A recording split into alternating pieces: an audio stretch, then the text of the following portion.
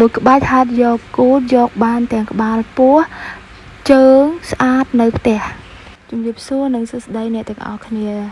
ចំពោះលំហាត់ប្រាណនេះដែរគឺមានឈ្មោះថា SWOT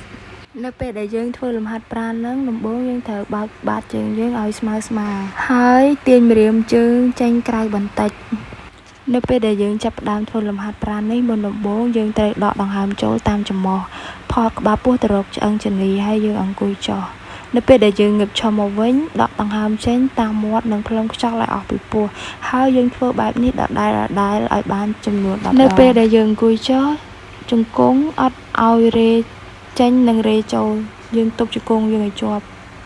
អញ្ចឹងយើងធ្វើក្បាច់នឹងដដែលចំនួន10ដងអញ្ចឹងបើសិនជាអ្នកទាំងអស់គ្នាអត់មានពេលថាត់នៅក្លឹបទេអ្នកទាំងអស់គ្នាអាចធ្វើនៅផ្ទះបាន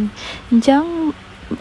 ធ្វើម្ដងចំនួន20ដងក៏បានដែរតាមដែលអ្នកទាំងអស់គ្នាអាចធ្វើបានអញ្ចឹងណាសម្រាប់ក្បាច់នេះដែរខ្ញុំហាត់វា2ដងក្នុងមួយសប្ដាហ៍អញ្ចឹងនៅពេលដែលអ្នកទាំងអស់គ្នាធ្វើលំហាត់ប្រាណកុំភ្លេចញ៉ាំរបបអាហារឲ្យត្រឹមត្រូវផងអរគុណសម្រាប់ការ like share ជួបគ្នានៅវីដេអូក្រោយ